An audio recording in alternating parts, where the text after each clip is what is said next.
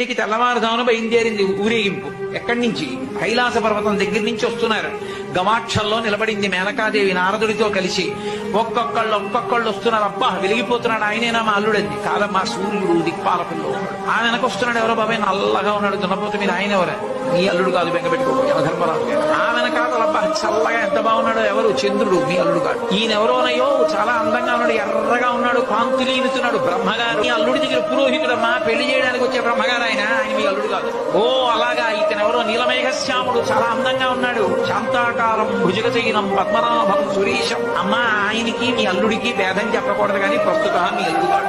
ఆయన వెళ్ళిపోయాడు, ప్రదోష వేళ అయిపోయింది. రాడు వెడుతూనే ఉంది ఊరేగింపు. వస్తున్నారు మగపెళ్లి వారు. అలా ఆఖరికి ఒక ఆయన వచ్చాడు.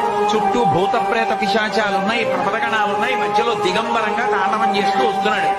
అడగలేదు మేనకాదేవి ఆయన అల్లుడా.